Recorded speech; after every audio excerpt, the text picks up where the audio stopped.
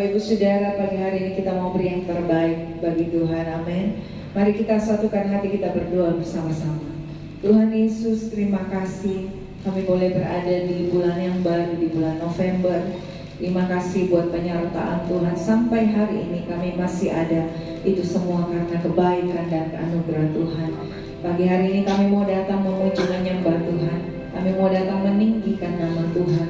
Mari Tuhan selidiki setiap hati kami. Ampuni setiap dosa pelanggaran kami. Kuduskan kami Tuhan. Karena kami tahu bahwa tanpa kekudusan tidak ada satu pun dapat melihat Engkau. Tuhan Yesus, kami berdoa biarlah kuasa-Mu Roh Kudus ada di tengah-tengah kami pagi hari ini. Melawat setiap kami yang datang Tuhan. Kami berdoa tempat ini juga Tuhan Engkau basuh dengan kuasa dari Yesus. Engkau sucikan, kuduskan dalam nama Yesus. Dan setiap pekerjaan kuasa jahat, setiap roh-roh yang tidak berasal daripada Tuhan yang mau mengganggu ibadah kami, dalam nama Yesus kami patahkan kuasanya oleh kuasa darah Tuhan Yesus. Keluar dari tempat ini, keluar dari hati dan pikiran kami di dalam nama Tuhan Yesus Kristus. Biar Roh Kudus sendiri hadir di tengah-tengah kami pada pagi hari ini, melawat setiap kami, memberkati setiap kami. Dan kami percaya Tuhan, saat kami naikkan pujian penyembahan kami, Tuhan hadir di tempat ini. Dan saat Tuhan hadir, yang datang dengan sakit disembuhkan dalam nama Yesus, yang lemah dikuatkan dalam nama Yesus, yang putus asa diberikan kelegaan yang baru. Karena kami percaya dalam hadirat Tuhan ada kuasa. Terima kasih Tuhan, kami menyerahkan ibadah kami dari awal, pertengahan hingga akhirnya hanya di dalam nama Tuhan Yesus. Haleluya, amin. Mari siapkan hatimu Bapak Ibu Saudara. Kita mau beri yang terbaik bagi Tuhan pagi hari ini.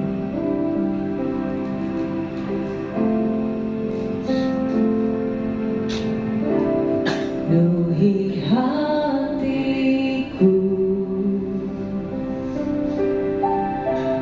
dengan hadir-Mu.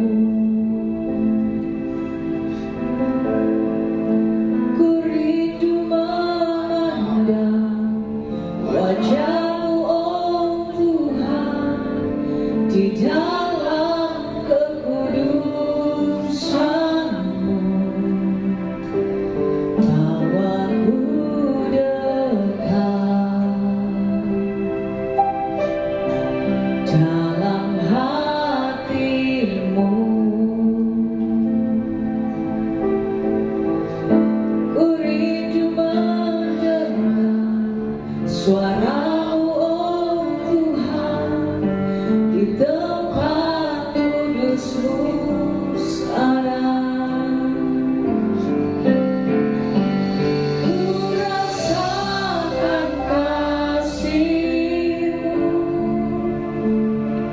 dan indahnya kekudusan-Mu. Penuhi dengan kasih-Mu, diam di hadirat-Mu.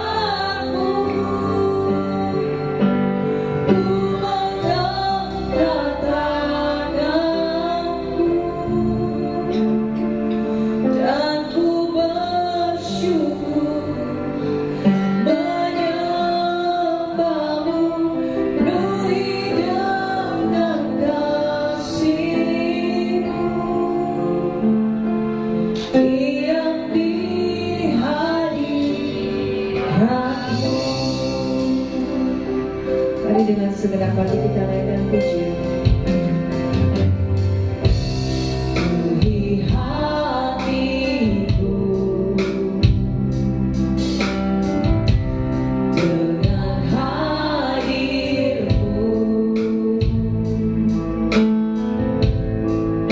Ku rindu memandang wajah-Mu, oh Tuhan, di dalam kekudusan-Mu.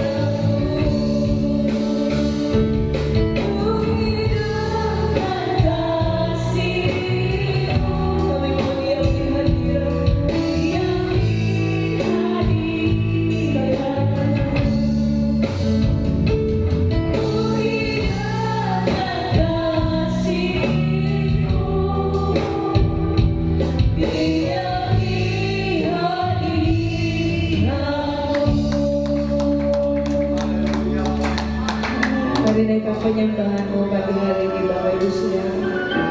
Mari nyatakan kerinduan-Mu kepada Tuhan pagi hari ini. Mari menyembah Dia.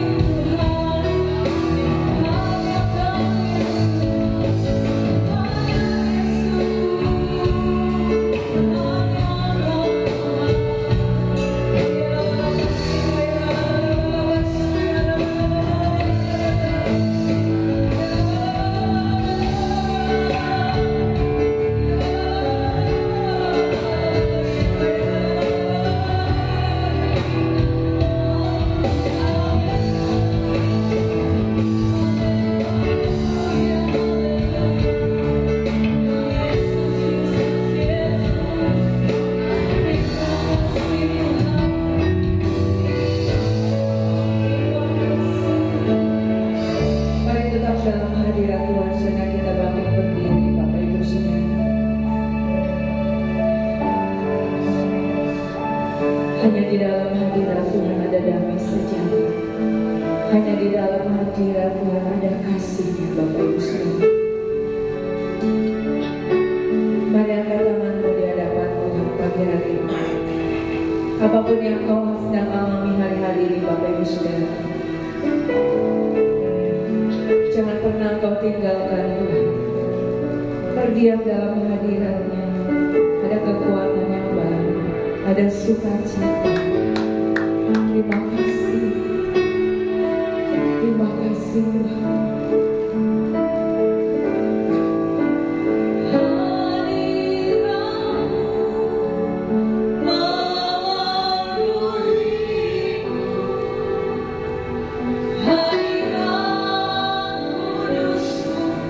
Penuhi baik-Mu,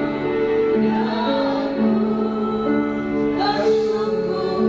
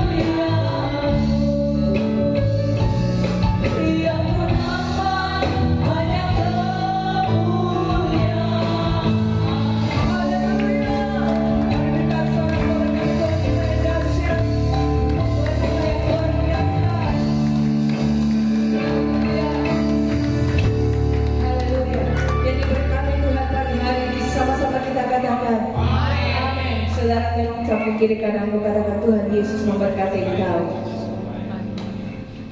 Haleluya. Saudara siap memuji Tuhan pagi hari ini, amin. Haleluya.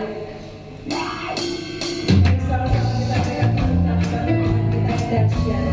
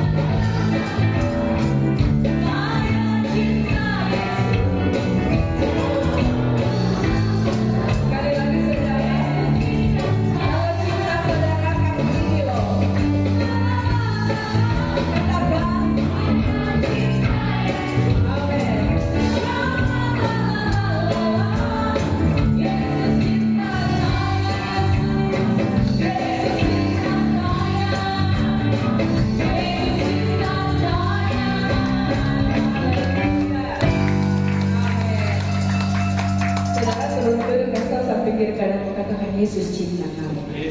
Haleluya. Silakan duduk kembali jemaat yang diberkati Tuhan. Mari kita siapkan hati kita pagi hari ini, Bapak Ibu Saudara. Sebelumnya kita akan berdoa bagi anak-anak sekolah minggu. Saya mengundang anak-anak sekolah minggu untuk boleh maju ke depan.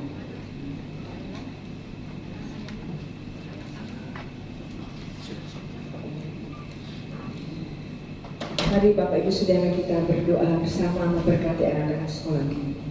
Tuhan Yesus, kami menyerahkan ibadah sekolah minggu pagi hari ini ke dalam tangan-Mu. Kami percaya mereka adalah penerus-penerus gereja Tuhan.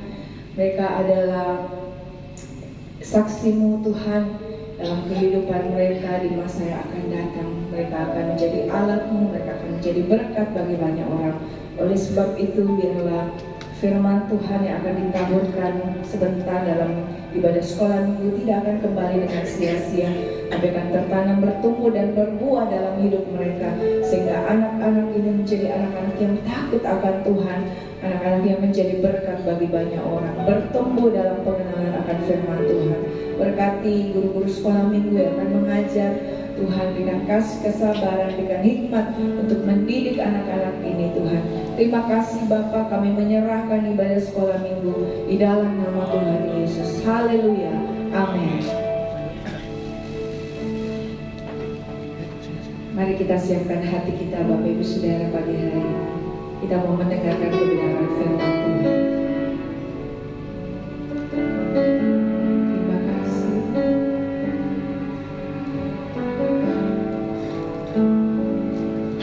Tuhan, Kau sempurna dalam rencana-Mu dan karya-Mu. Ku serahkan hidupku, murnikan dengan Roh-Mu. Tuhan, Kau sempurna dalam rencana-Mu dan karya-Mu. Ku serahkan hidupku, murnikan dengan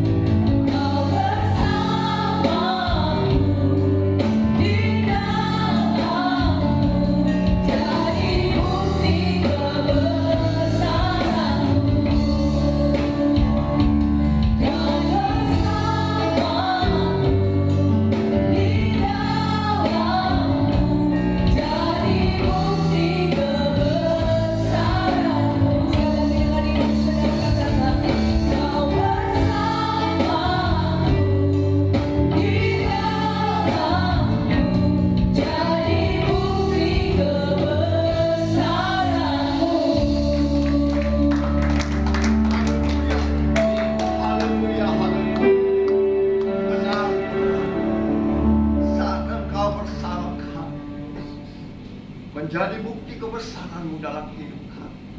Oleh sebab itu jangan pernah tinggalkan kami Tuhan. Kami tak mampu sendiri tanpa Engkau. Kami perlu Kau Roh Kudus. Kami perlu Engkau menuntun kami, membawa kami kepada kebenaran demi kebenaran, karena Engkau jalan dan kebenaran dan hidup bagi setiap kami. Terima kasih Roh Kudus. Kau memberkati puji-pujian umat-Mu menjadi dupa yang harum di hadapan-Mu dan menyenangkan hati. Tiba saatnya kami merindukan firman-Mu Tuhan. Biarlah Engkau Roh Kudus mengurapi setiap kami. Terlebih dahulu Engkau mengampuni kami akan dosa kesalahan yang kami perbuat, sekecil apapun Tuhan sampai saat ini. Biarlah Tuhan kekudusan-Mu meliputi kami, kasih-Mu menaungi kami.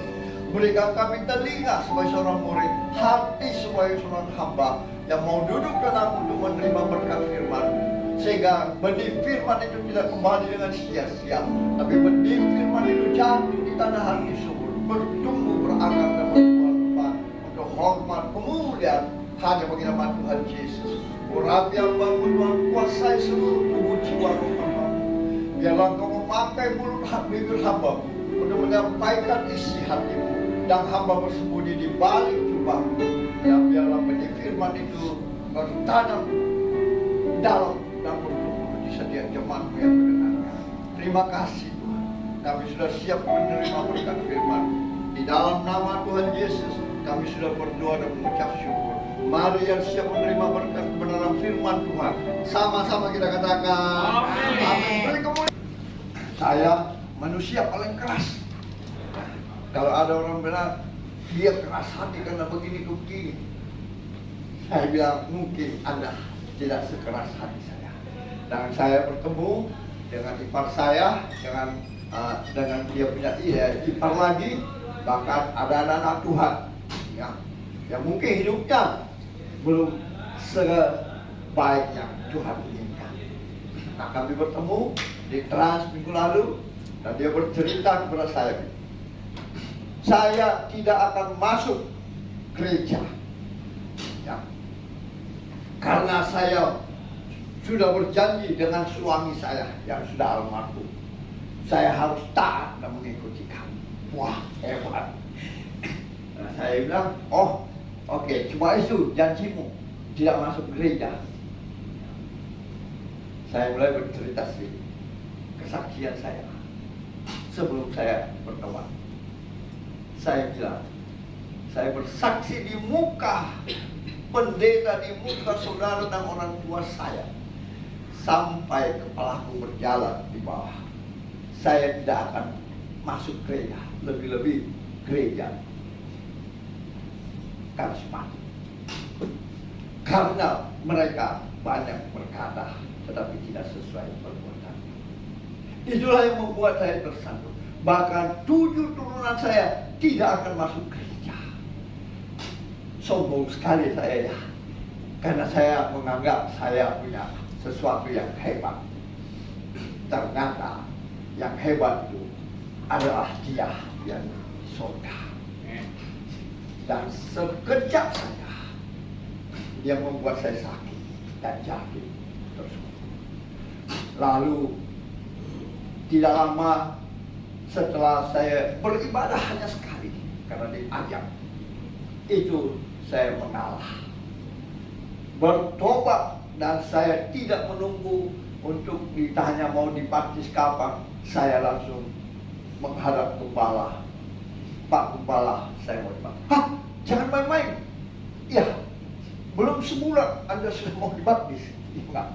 Baru satu kali masuk gereja dan Anda mengalami sakit terus mau dibaptis? Ya, saya mau bertobat. Dan saat saya dibaptis, saya menangis, saya tersungkur, saya bilang, Tuhan, ampuni saya. Ternyata Kau dahsyat dan luar biasa. Dan apa yang terjadi sesuai janji firman Tuhan. Saat kita bertobat dan memberi diri dibaptis, maka Roh Kudus dicurahkan bagi kita. Nah, saat itulah saya dipenuhi Roh Kudus. Pendek kata, itulah kehidupan awal dari saya bertobat. Nah, saya mulai takut akan kebenaran firman Tuhan. Saya mulai bertanya-tanya sama Tuhan, apa yang harus saya lakukan? Karena saya tidak ngerti, saya tidak pernah pegang Alkitab. Tuhan, Engkaulah guruku, Engkaulah yang menuntunku, mengajarku, menghiburku. Pertama-tama apa yang saya tanyakan? Saya tahu kehidupan saya juga sudah.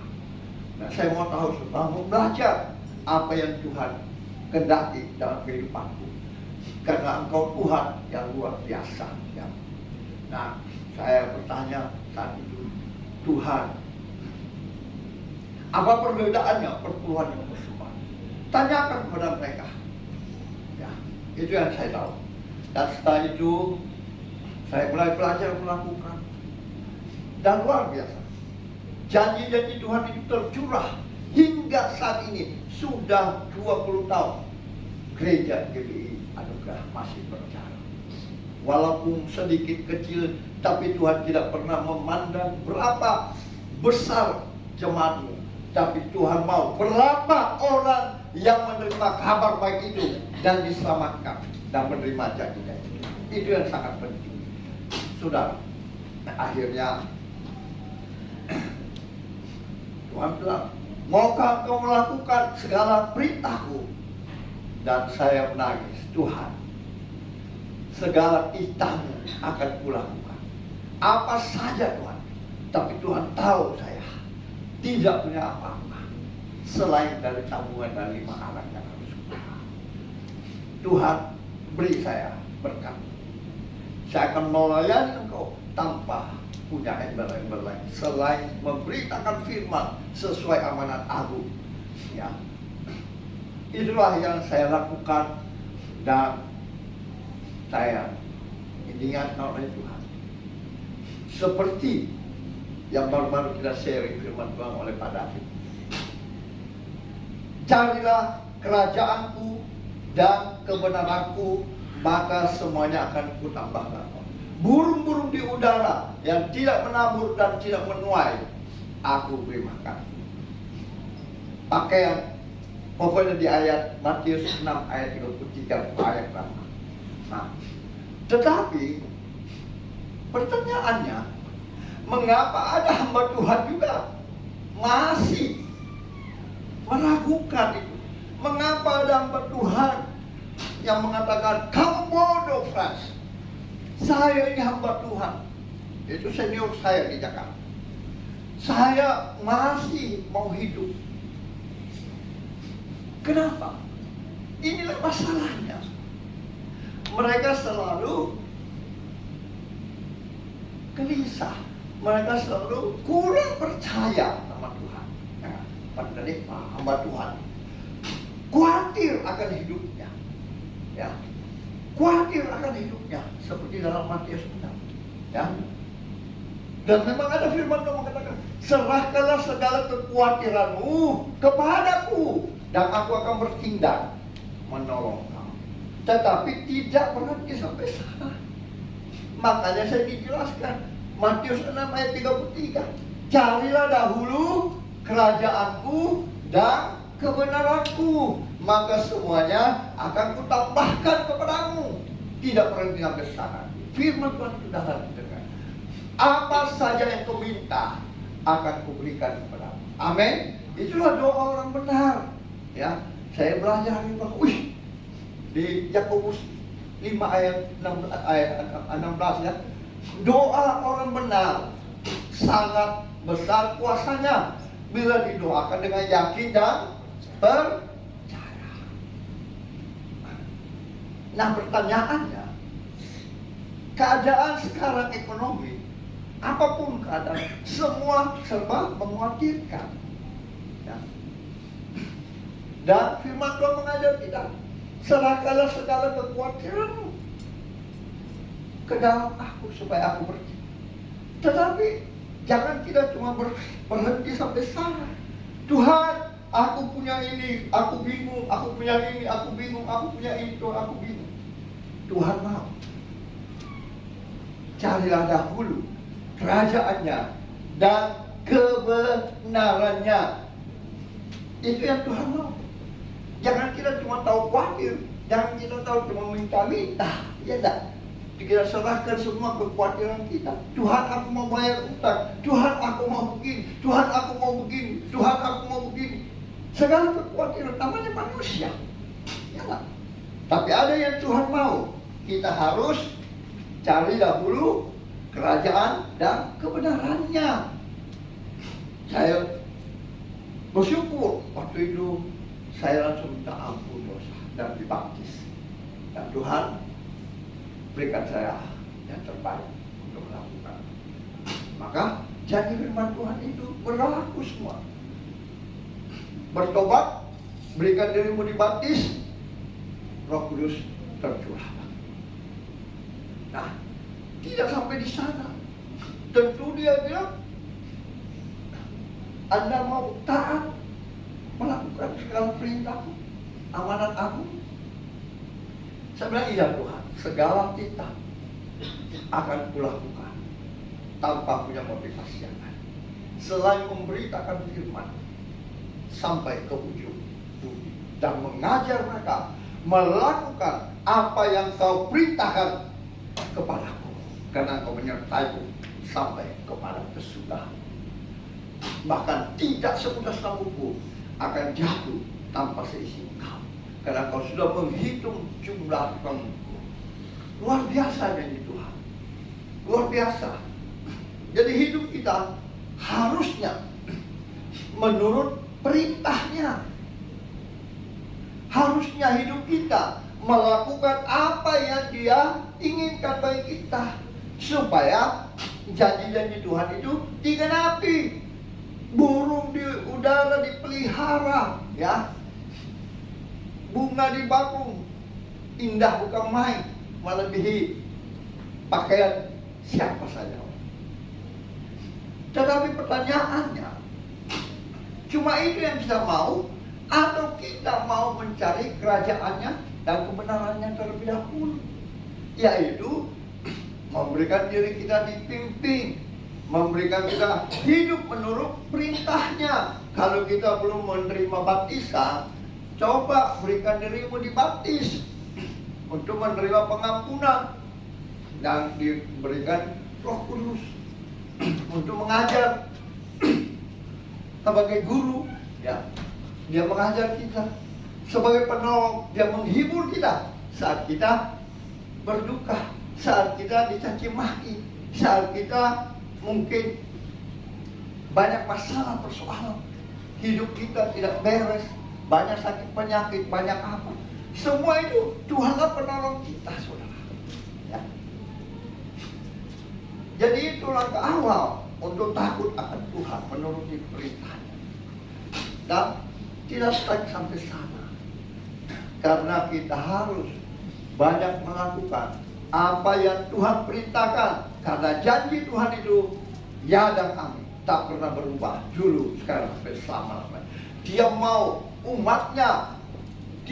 umatnya hidup dalam berkat-berkat. Dia mau berkat Tuhan tercurah bagi setiap kita, berkat keselamatan, kesehatan, keuangan, semua Dia mau semua. Tapi kita harus berpikir, jangan kita hanya menuntut, menyerahkan kekhawatiran kita, menuntut berkatnya Tuhan, tetapi kita tidak mau hidup menurut perintah. Ini yang jadi kendala, ya. Sehingga banyak anak-anak Tuhan yang hidupnya, ya, begitulah modelnya, ya. Kenapa? Mereka cuma menuntut, mereka cuma menyerahkan segala kekhawatirannya. Padahal Tuhan mau kita harus hidup menurut perintahnya, supaya Tuhan mau berkat-berkat itu tercurah bagi anak cucu kita semua. Amin. Nah, Yohanes 14 ayat 15 berkata apa? Jikalau kamu mengasihi aku, jikalau kita mengasihi Yesus, kita akan menuruti segala perintahnya. Segala perintahnya, bukan cuma satu, ya. Menuruti segala perintahnya. Ada 10 perintah firman Allah, ya. Ada itu, ya.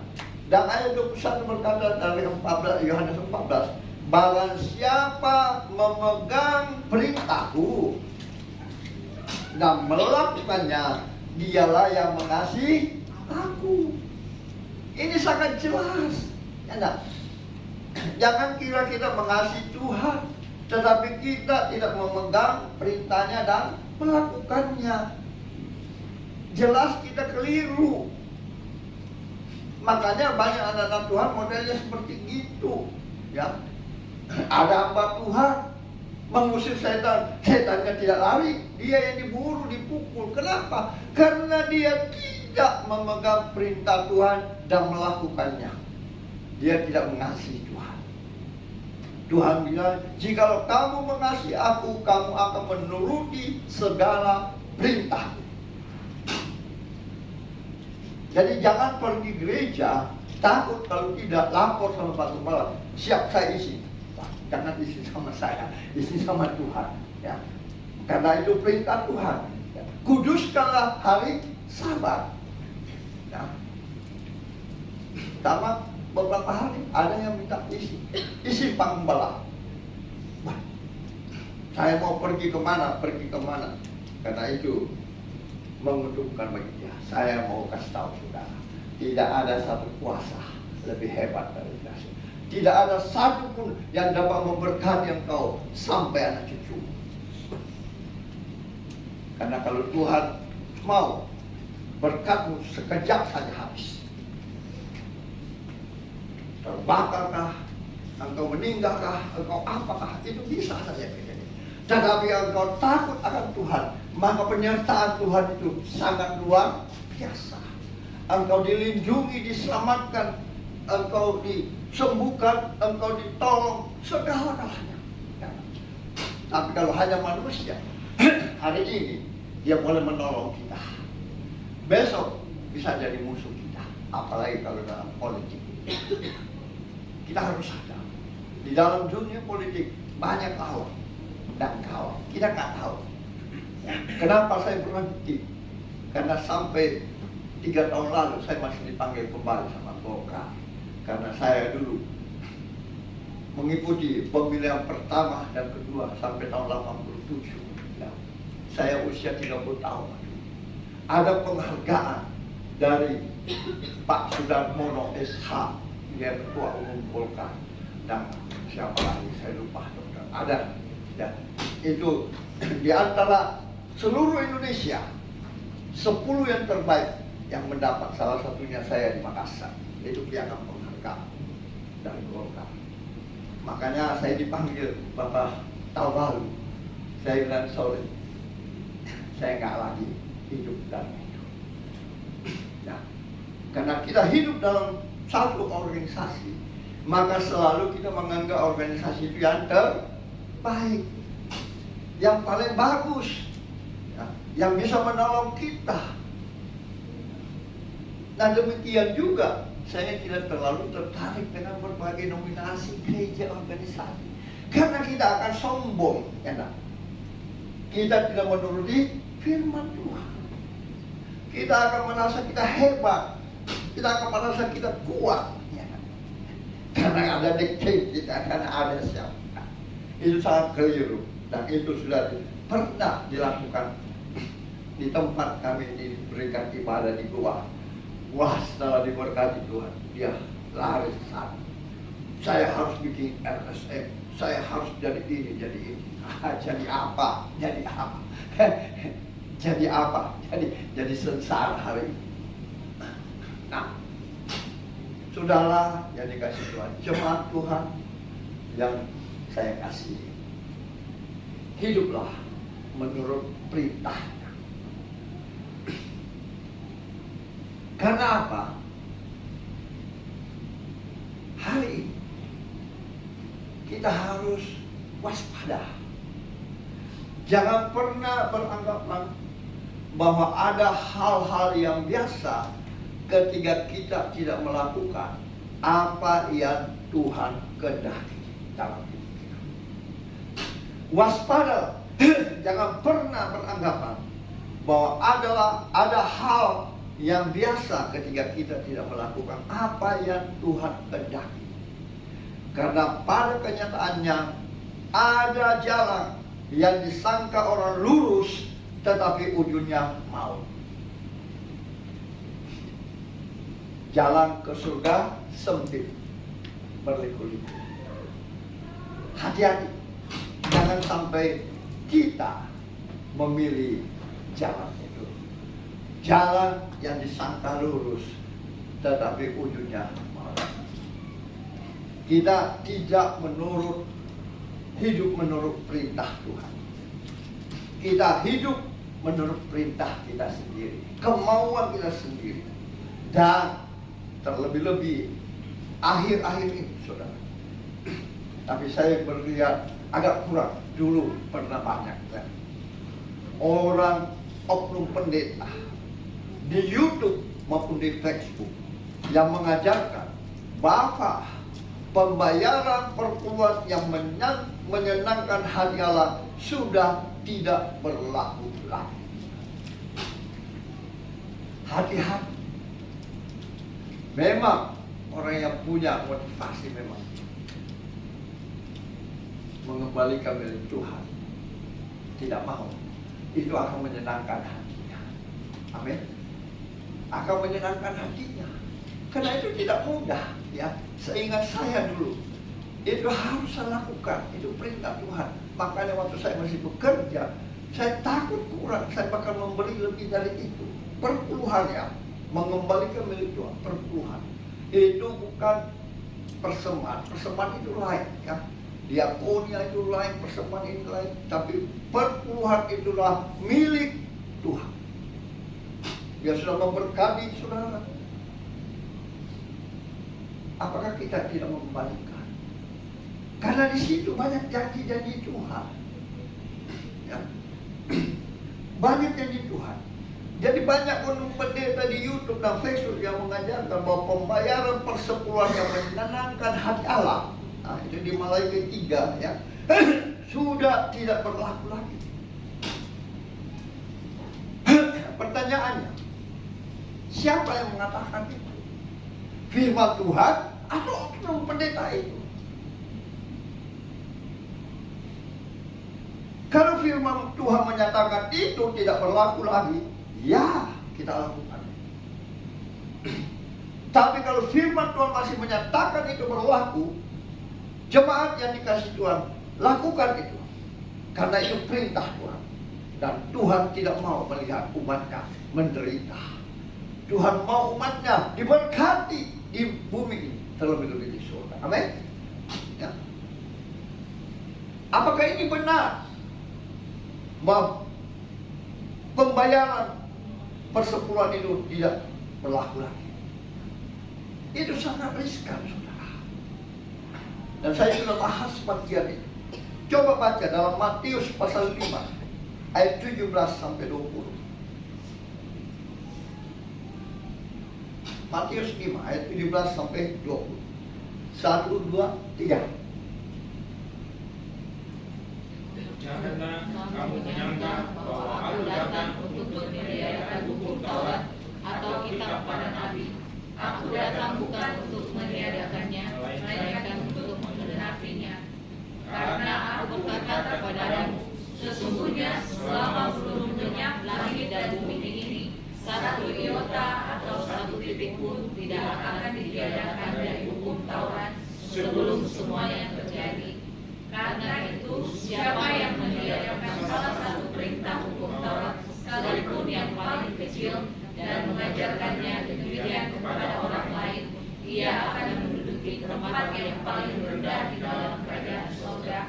Tetapi siapa yang melakukan dan mengajarkan segala perintah-perintah hukum Taurat, ia akan menduduki tempat yang tinggi di dalam kerajaan surga.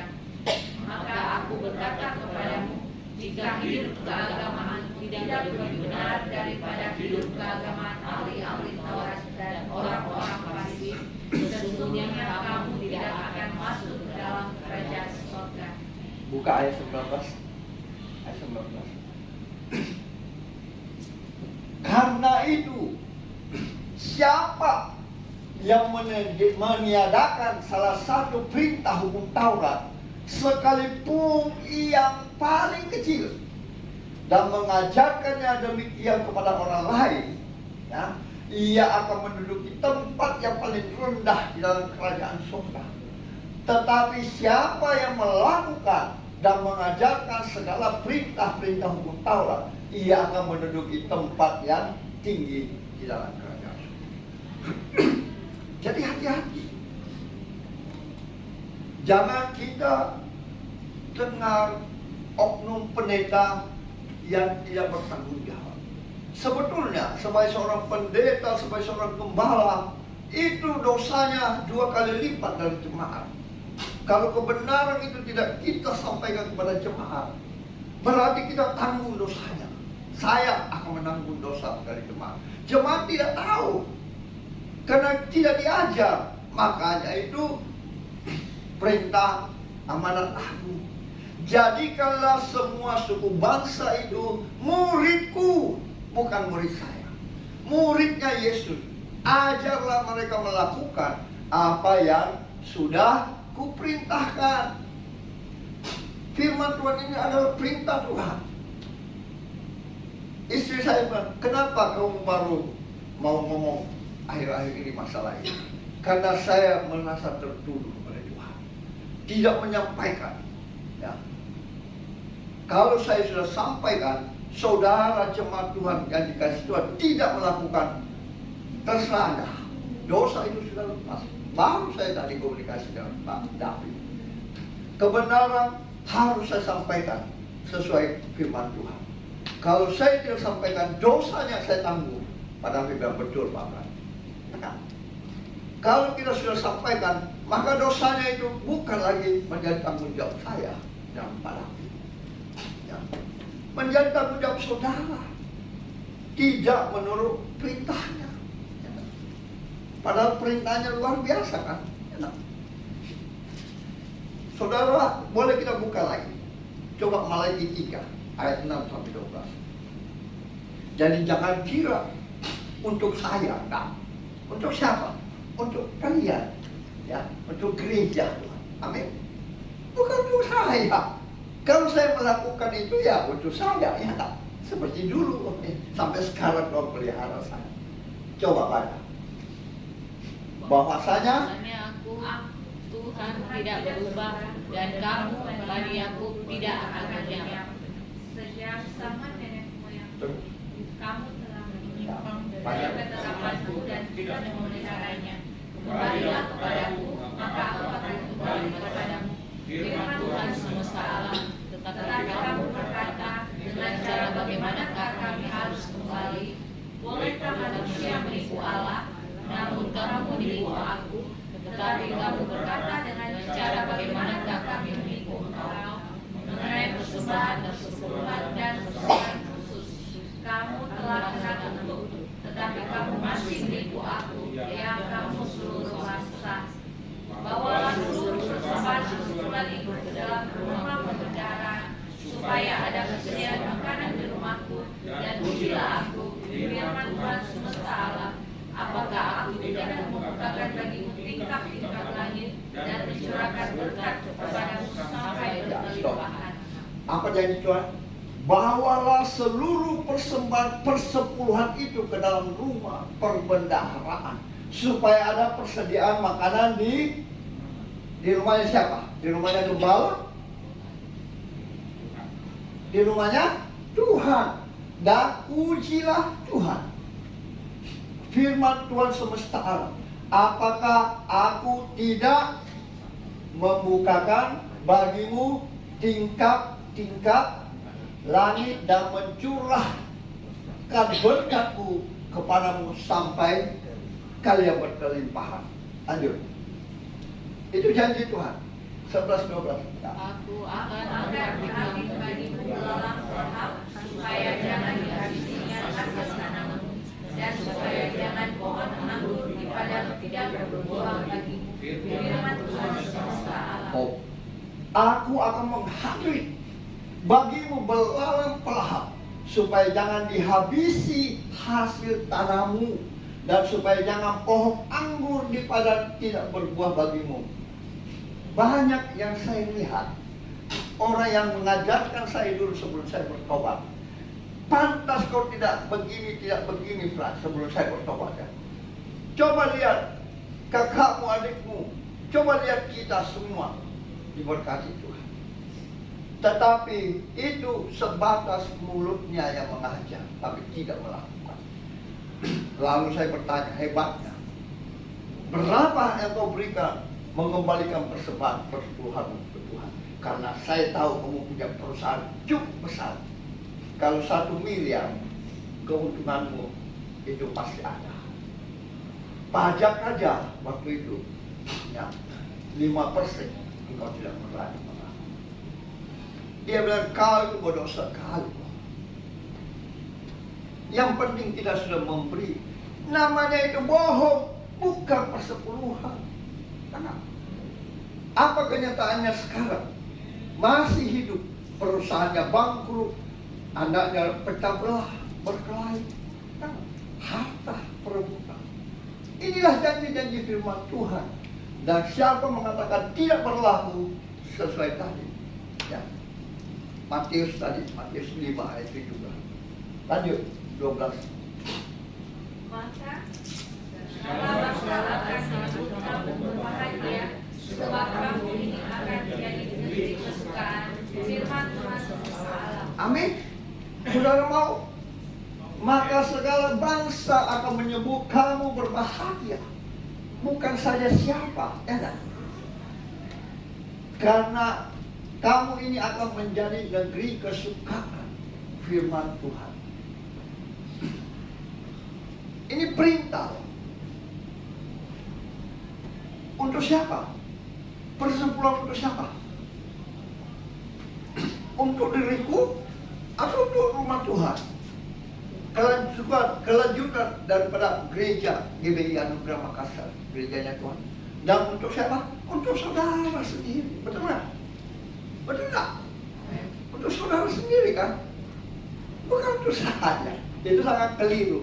Makanya ibu 2 hari, kenapa kau bang mau mengatakan ini? Saya merasa tertuduh sama Tuhan untuk tidak menyampaikan itu. Membenarkan supaya itu menjadi kebahagiaan untuk kalian, ya Pak? Menjadi kesukaan. Kamu akan diberkati. Semua kutuk-kutuk dijauhkan dari kamu, belalang pelahap. Betul nggak? Sakit penyakit dijauhkan dari kamu. Dan saya bersyukur itu firman Tuhan digenapi dalam hidup saya. Saya sakit, Tuhan sembuhkan. Saya jantung tidak minum obat, Tuhan sembuhkan. Ya kan? Saya masih hidup sampai sekarang sehat. Itu karena melakukan itu. Itu janji firman Tuhan. Ya kan? Seandainya saya tidak melakukan, mungkin saya sudah isdet di tahun 2011. Karena sudah hitam badan saya. Tapi itulah janji Tuhan. Ya. Untuk siapa? Melakukan perpuluhan untuk siapa? Apakah kita masih mau menipu Tuhan? Atau kita mau melakukan perintah Tuhan? Untuk siapa?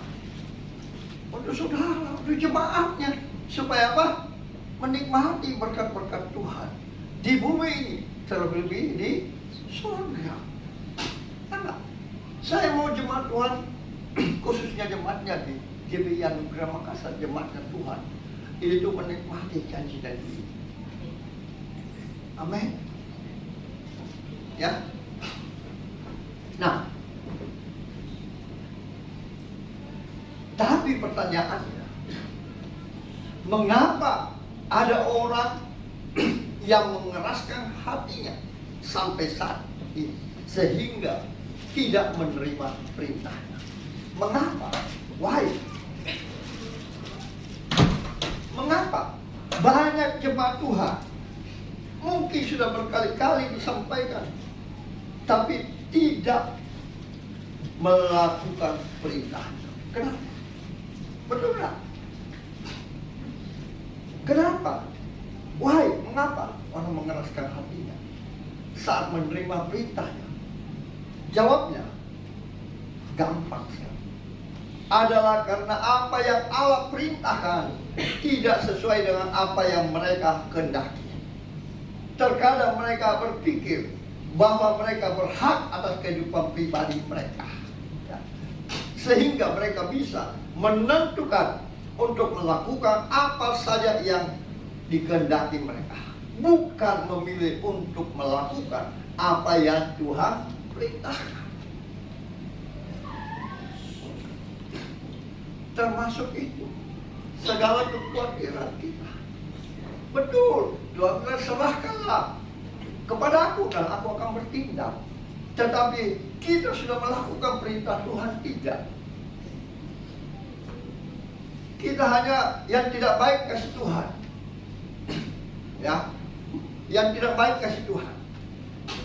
Segala kekhawatiranku Tuhan, oh saya susah, saya banyak utang, saya banyak susah, saya tidak sehat, saya begini. Tuhan tolong saya serahkan. Enaknya ngomong. Ya. Tapi Tuhan, kau sudah melakukan perintahku. Kau sudah mengasihi aku. Kau sudah memegang perintahku dan melakukannya. Kalau Anda baca di Yohanes 14 dan ayat selanjutnya, barang siapa mengasihi aku akan minta kepada Bapa untuk memberikan penolong bagi dia, dan aku ada bersama dia. Amin. Kalau Tuhan berserta kita, siapa lawan kita? Ada?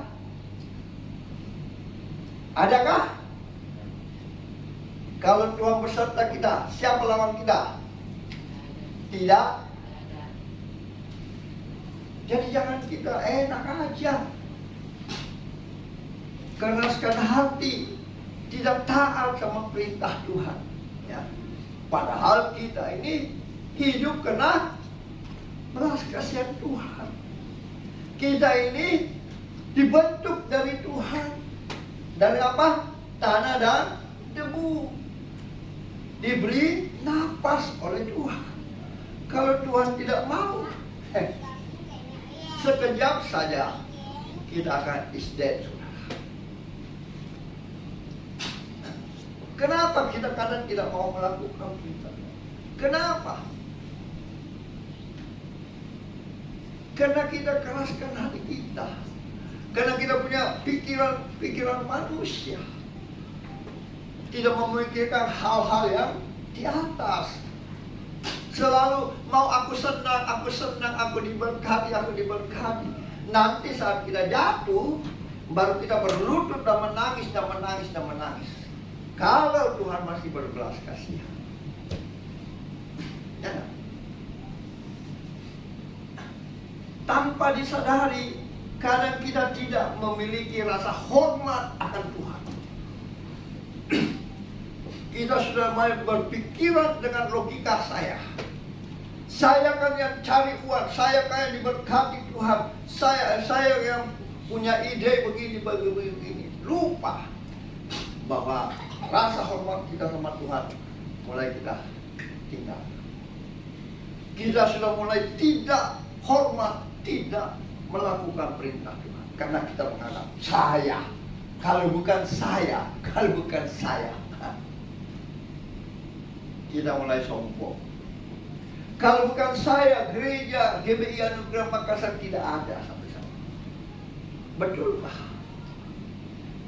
Buktinya, gereja yang saya dulu bertobat itu tidak ada lagi.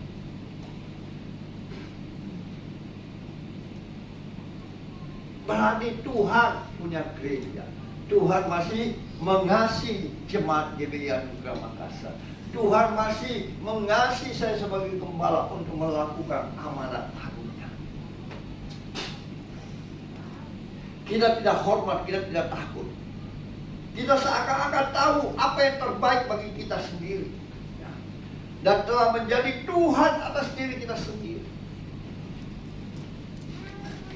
Jangan sampai, saudaraku yang dikasih Tuhan, kebodohan dan nafsu jahat itu membawa kita kepada tegar tengkuk keras hati dan tidak mampu berbalik kepada Tuhan, hingga pada akhirnya akan membawa malapetaka dan kebinasaan bagi kita sendiri, ya.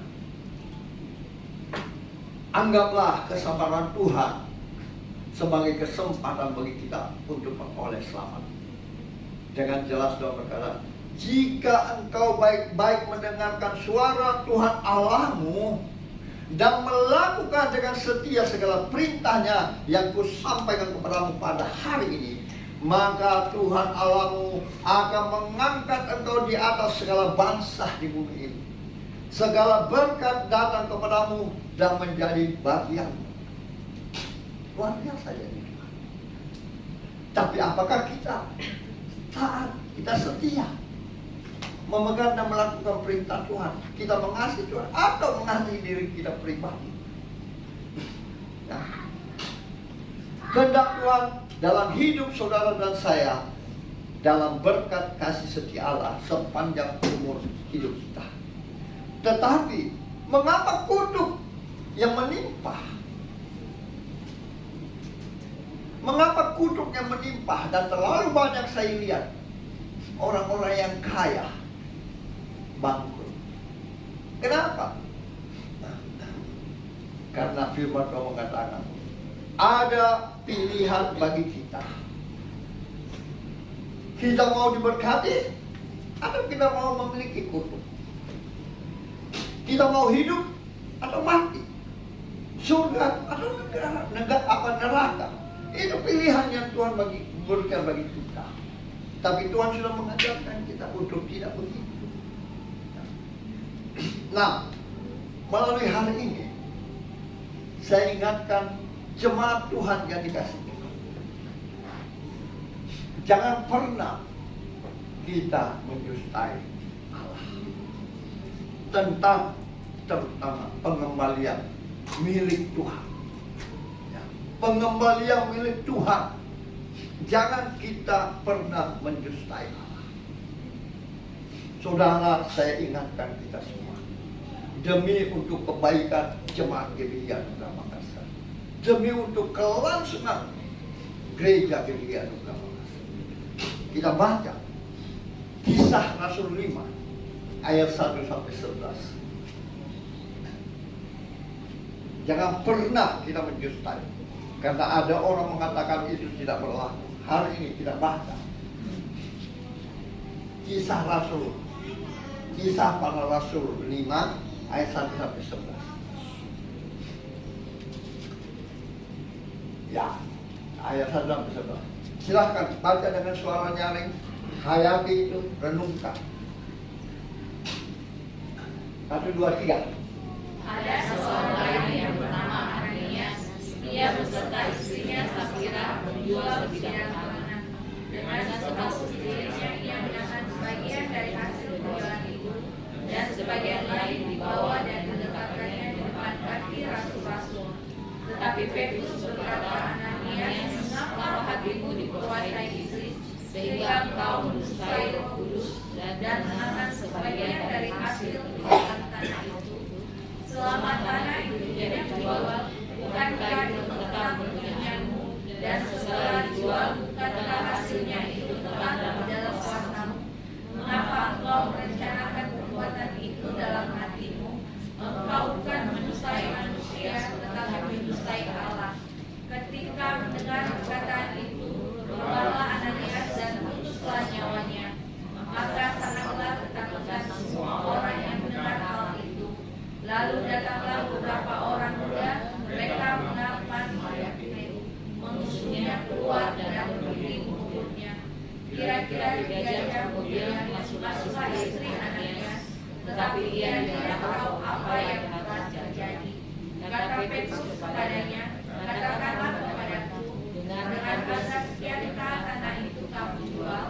Jawab perempuan itu, betul sekian. Kata Petrus, mengapa kamu berdua bersepakat untuk mencapai roh Tuhan?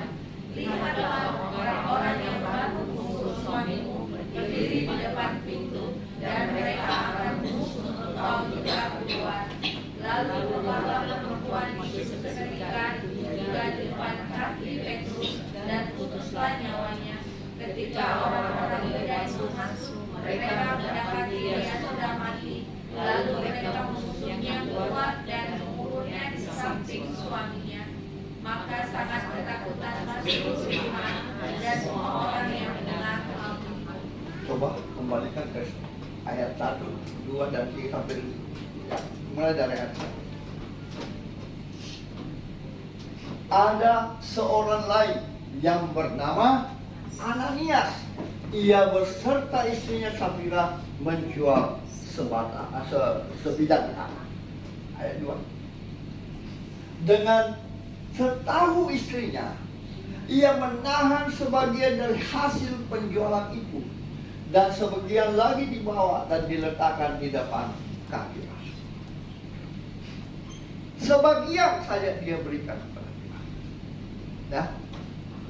Memang ini tidak menyebutkan persepuluhan, tapi ini menyangkut dengan Malaikat 3 ayat 6 sampai 12. Lanjut. Tetapi Petrus berkata, Ananias, mengapa hatimu dikuasai iblis sehingga engkau menjustai siapa? Roh Kudus, dan menahan sebagian dari hasil penjualan tanah itu. Siapa yang dijustai? Pendeta? Rasul Petrus? Siapa? Roh Kudus. Ini menyangkut kepada persembahan, pengembalian persepuluhan. Kalau kau tidak menjual, apakah mungkin masih milikmu? Iya, ya enggak. Kau jual itu juga milikmu. Tapi kenapa kau memberikan sebagian saja? Dan kau menjustai Roh Kudus. Bukan menjustai siapa? Gembala atau Rasul Petrus. 5, 4. Nah, selama tanah itu tidak dijual, bukankah tetap kepunyaanmu? Dan setelah dijual, bukankah hasilnya itu tetap dalam kuasamu? Mengapa engkau merencanakan perbuatan itu dalam hatimu? Engkau bukan menjustai manusia, tetapi menjustai Allah. Nah, ini kadang berbicara masalah suami istri, ya, yang menjustai Allah. Kadang mungkin suami mau memberikan, istri bilang jangan, tidak usah. Kadang istri mau memberikan, suami bilang jangan, terlalu banyak. Kalau menjual tanah, lumayan mahalnya, saudara. Kalau persembahan persepuluhan, baru 10 juta penghasilan saudara, itu gampang memberi 1 juta. Tapi kalau saudara semakin diberkati sesuai janji-janji firman Tuhan, ya, di Ulangan 1 ayat 28 ayat 1 sampai 2, maka saudara berkelimpahan, saudara sudah memiliki keuntungan, saudara sudah mendapatkan hasil dari Tuhan, keputusan Tuhan. Itu 100 juta, 10 juta itu mulai aku hitung-hitungan. Apalagi kalau 1 miliar, saudara harus memberi kembali persembahan persepuluhan itu kepada Tuhan yang menyenangkan hati Tuhan. 1 miliar 100 juta, saudara akan berpikir. Kadang sebagai suami atau sebagai istri, inilah yang tidak jujur diperingatkan. Mengapa engkau menjustai? Dia memberi, iya, tapi sesuai persepuluhan atau tidak? Ya, hati-hati loh, ya. Kita diberkati Tuhan dan mengembalikan milik Tuhan, bukan mengasihi, mengembalikan milik Tuhan. Itulah persepuluhan. Kalau persembahan itu lain. Persembahan saja Tuhan melihat seperti persembahan, ya. Janda miskin yang memberikan persembahan, dia bilang dia lebih memberi banyak daripada orang-orang kaya waktu itu. Karena orang kaya memberi dengan kelebihan, tapi orang miskin, janda miskin itu memberi dari kekurangannya. Jadi saudara harus taat, harus ingat. Jangan pernah kita menjustai. Jadi kalau ada orang bilang persepuluhan tidak berlaku lagi, hati-hati dosanya dia. Ya. Ananias ini mengingatkan sepasang suami istri yang bersekongkol menjustai. Dia pikir dia menjustai Rasul Petrus. Tetapi firman Tuhan mengatakan, engkau bukan menjustai manusia, tetapi menjustai Allah. Apakah ini tidak sama Malaikat 3? Ya. Jadi jangan takut memberikan persepuluhan, mengembalikan, saya ulangi, bukan memberi, mengembalikan persekutuan. Itu milik Tuhan. Semakin engkau lakukan itu, semakin Tuhan memberkati engkau. Itu sesuai janji firman Tuhan. Jadi jangan Anda berpikir ini 10 juta, 100 juta milikmu Tuhan. Berat. Semakin engkau diberkati, semakin engkau berikan kembali. Utang. Hati-hati. Istri saya dan anak-anak saya, papa, sampai mobil kau jual. Saya cuma kasih tahu apa. Itu mobil dari mana? Kalian sudah rasakan waktu kita jatuh usaha. Waktu papa jatuh usaha di tahun 86, mau cari hidup saja susah. Sampai saya harus menderita mulai tahun 86, bekerja siang dan malam sampai jam 12 malam sampai jam 2 malam, bahkan sampai pagi saya bekerja. Ya, tak tidur kadang hanya untuk mencari sepotong roti. Tetapi setelah Tuhan mengasihi saya, Dia menjamah saya, Dia mengingatkan saya akan janji-janji karena Roh Kudus hadir. Tidak harus berpikir dulu saya apa, hidupnya saya apa, punya apa, ya kan? Sekarang saya hidup bagaimana? Itulah orang yang bersyukur. Kalau orang yang selalu ini belum cukup, orang saja di sana, bagaimana di sana? Itu orang namanya tidak akan bersyukur, tidak akan mengembalikan milik Tuhan. Tapi milikilah hati yang seperti itu. Bandingkan saya dulu apa, pekerjaannya saya apa, kayak jadi peminta-minta, bekerja yang melakukan apa jasa, ya enggak? Tapi sekarang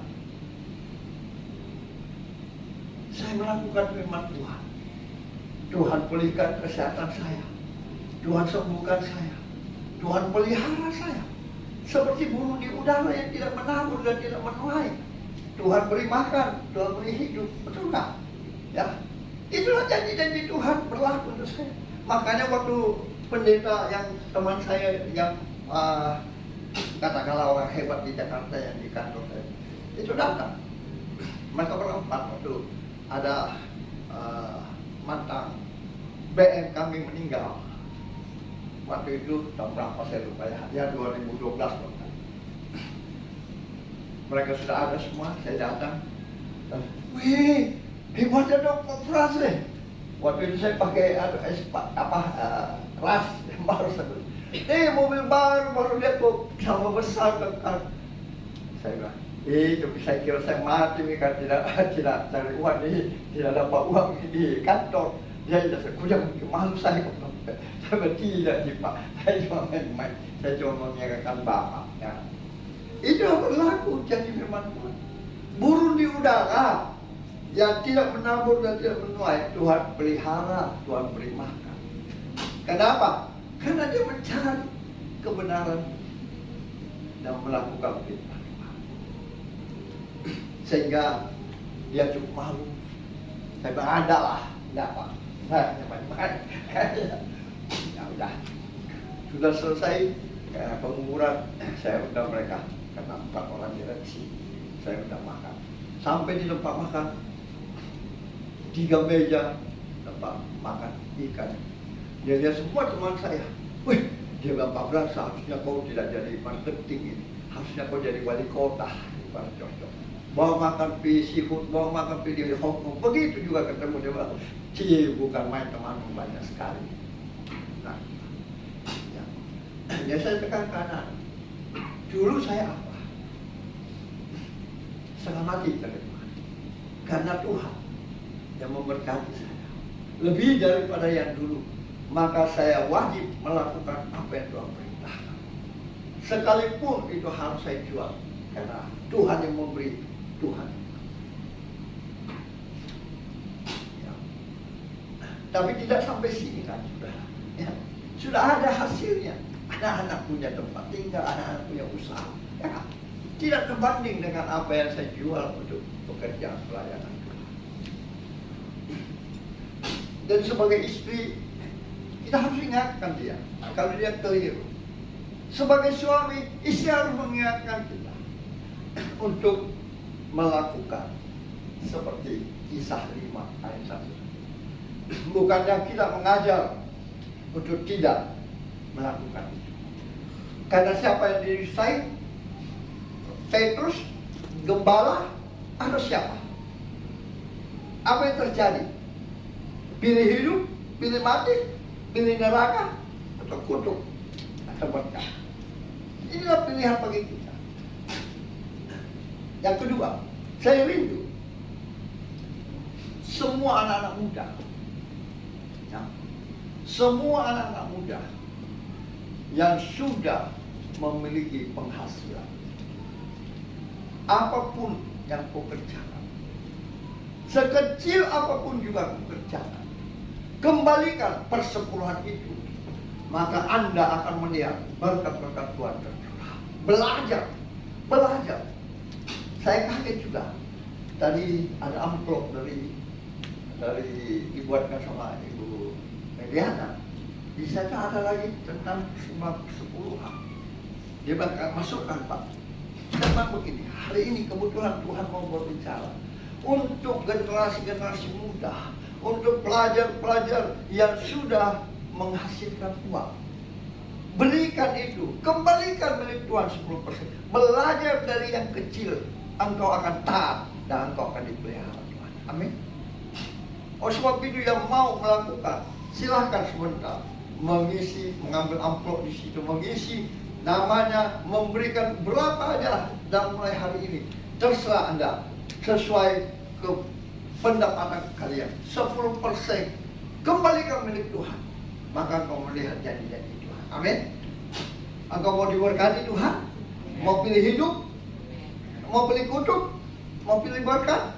Mau pilih surga atau mau pilih mati? Ananias. Ya. Jadi, oleh sebab itu masih banyak yang belum punya nomor.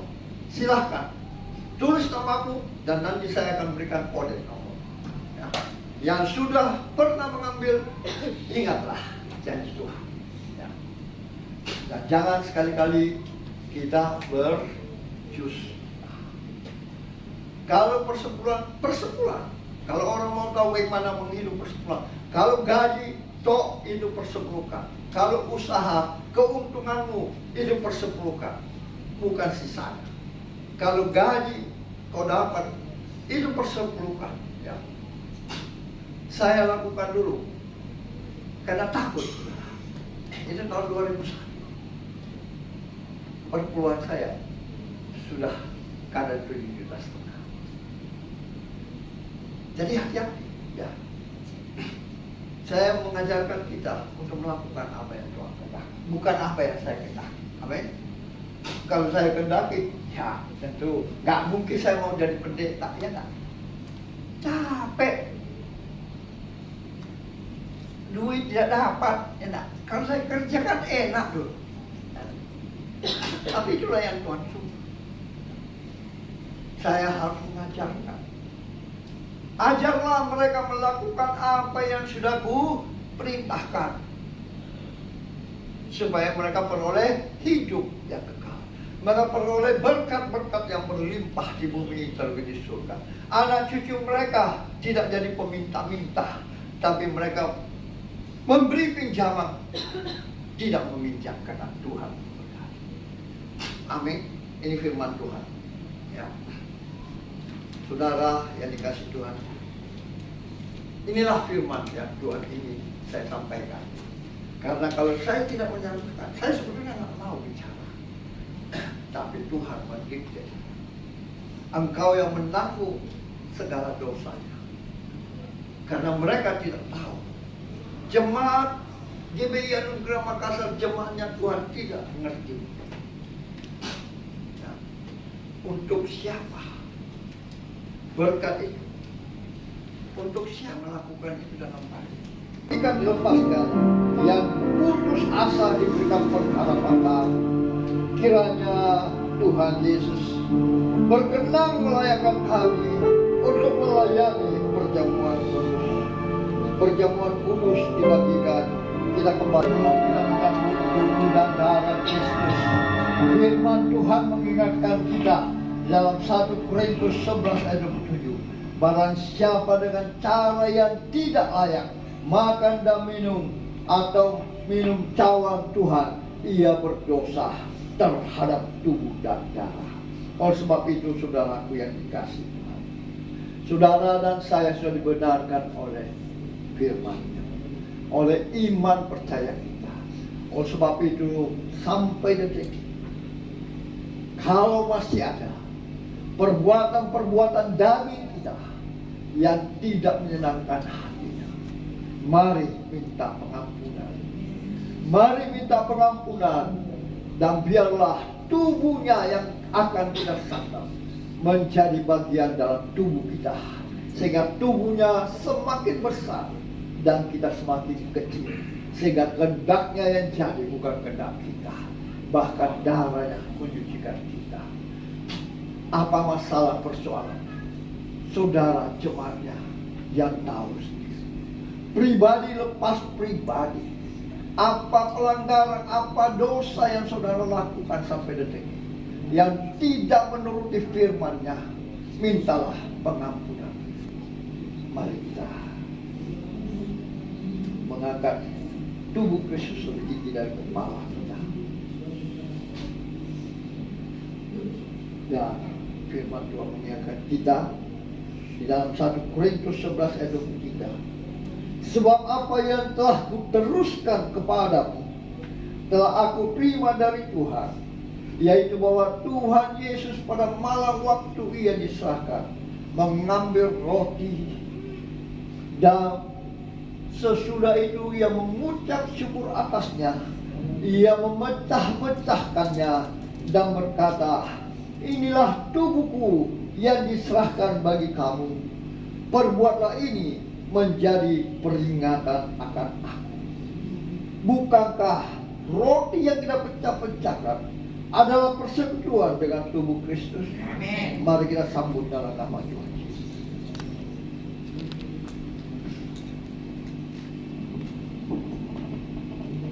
Selanjutnya, mari kita mengangkat darah Kristus lebih tinggi dari kepala kita.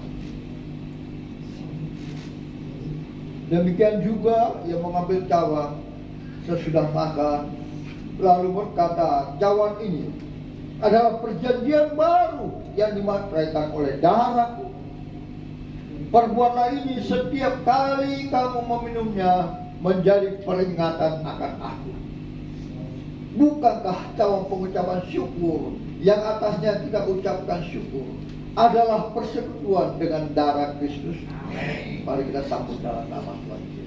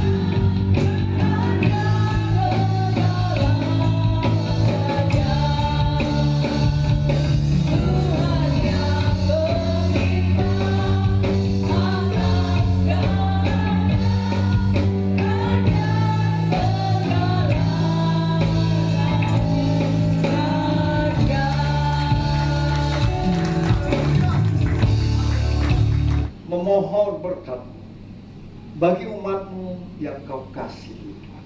Bagi umat-Mu yang memegang dan melakukan perintah-Mu, karena itulah yang mengasihi Engkau. Dan Kau akan memberikan berkat penolong, bahkan berkat-berkat-Mu bagi mereka. Mari umat Tuhan yang dikasihi Tuhan, angkat iman percayamu dengan mengangkat kedua belah tanganmu ke hadapannya untuk menerima berkat. Diberkatilah engkau di kota, diberkatilah engkau di ladang, diberkatilah buah kandunganmu, diberkatilah tempat adonanmu, diberkatilah keluar masukmu, bahkan dibiarkan musuhmu maju berperang melawan kau, terpukul kalah olehnya. Dan apa yang sedang kau kerjakan, apa yang sedang kau usahakan, Tuhan berkati sehingga engkau menjadi semakin naik dan tidak pernah turun. Engkau menjadi kepala dan bukan menjadi ekor, dan janji-janji-Mu digenapi dalam kehidupan mereka. Yang percaya diberkati Tuhan, dilindungi, disertai, dan dipelihara Tuhan. Sama-sama kita katakan